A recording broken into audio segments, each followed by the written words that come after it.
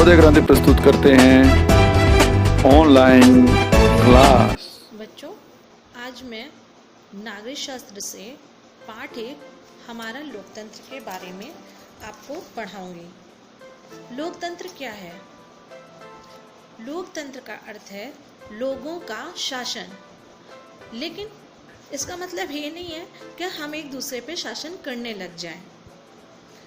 हमारे संविधान में लोकतंत्रात्मक शासन की व्यवस्था की गई है, यानी कि ऐसी व्यवस्था जिसमें हमारे देश के सभी स्त्री, पुरुष और सभी जाति वर्ग के लोग अपनी प्रत्यक्ष या अप्रत्यक्ष रूप से भागीदारी करेंगे।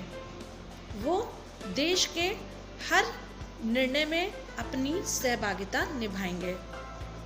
इसलिए हमारे संविधान में सभी वयस्क मतलब जो 18 वर्ष के हो चुके हैं या उससे ऊपर लोग, उनको हम वयस्क कहते हैं।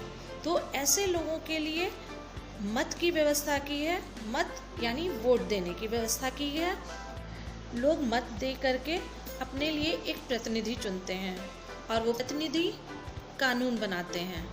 लेकिन ये प्रतिनिधि केवल खुद कानून नहीं बनाते हैं, उनके साथ और जो लोग सामूहिक रूप से चुने जाते हैं, उन सब मिल करके एक अपना सामूहिक निर्णय देते हैं। बहुमत के द्वारा उस निर्णय को पास किया जाता है। अतः कानून का आदेशों का पालन करना होता है, ना कि किसी व्यक्ति विशेष का। अब बच्चों, सवाल ये उठता है कि ये लोकतंत्र की व्यवस्था क्यों की गई? क्या जरूरत ऐसी पड़ी होगी जो हमें लोकतंत्र की व्यवस्था करनी पड़ी?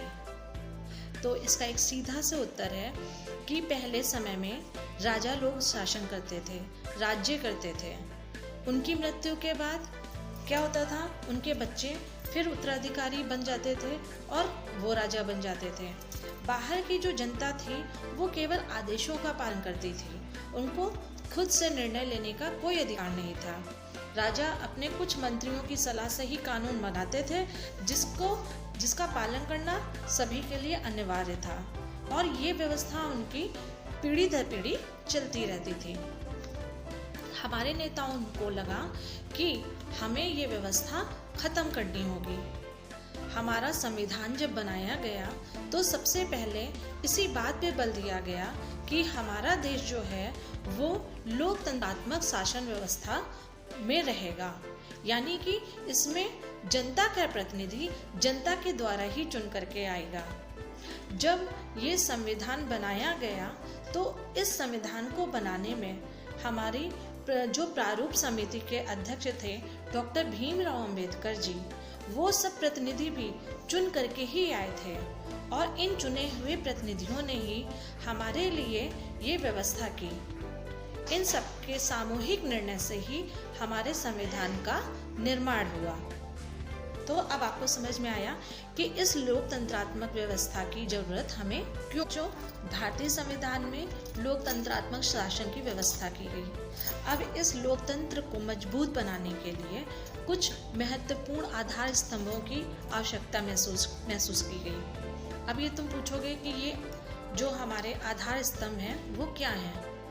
तो बच्चों, सबसे पहला हमारा आधार स्तंभ है स्वतंत्र और निष्पक्ष चुनाव। यानी कि हमारे संविधान में, हमारे भारतीय संविधान में ये व्यवस्था की गई है कि हम अपना प्रतिनिधित्व चुनाव के द्वारा चुनेंगे। इसके लिए एक चुनाव आयोग की व्यवस्था की गई है। ये चुनाव आयोग हमारे यहाँ चुनाव कराते हैं, जिनमें कम से कम 10,000 करोड़ रुपए लगते हैं। चुनाव आयोग ये सुनिश्चित करता है कि देश में होने वाला चुनाव निष्पक्ष हो, उसमें किसी तरह की बेईमानी ना हो। इसके लिए चुनाव आयोग चुनाव में भाग लेने वाले प्रत्येक व्यक्तियों के लिए एक व्यय की सीमा निर्धारित करता है, जिसका राजनीतिक दल एवं प्रत्याशियों को पालन करना होता है। चुनाव आयोग का ये मुख्य कार्य होता है कि वो ऐसी चुनाव की व्यवस्था कराए जिसमें किसी भी प्रकार का विवाद ना हो। अब हमारे देश में बहुत अच्छे तरीके से चुनाव संपन्न कराने के लिए ईवीएम प्रणाली का उपयोग किया जाने लगा है। ईवीएम प्रणाली क्या है? ईवीएम प्रणाली मतलब इलेक्ट्रॉनिक वोटिंग मशीन। इसके द्वारा अब हमारे देश में चुनाव होते। भारतीय लोकतंत्र में नागरिकों को कुछ अधिकार दिए गए हैं, समान सांस्कृतिक राजनीतिक अधिकार। इन अधिकारों को मूल अधिकार बोला गया है। ये हमारे मूल अधिकारी हमारे लोकतंत्र का दूसरा मजबूत आधार स्तंभ है। मौलिक अधिकार से तात्पर्य है कि भारत के प्रत्येक नागरिक को समानता का अधिकार दिया गया है, शिक्षा का अधिकार दिया गया है, अपनी अभिव्यक्ति को उजागर करने का अधिकार दिया गया है। भारतीय संविधान में नागरिकों के इन मूल अधिकारों की सुरक्षा के लिए सर्वोच्च न्यायालय की स्थापना की गई है।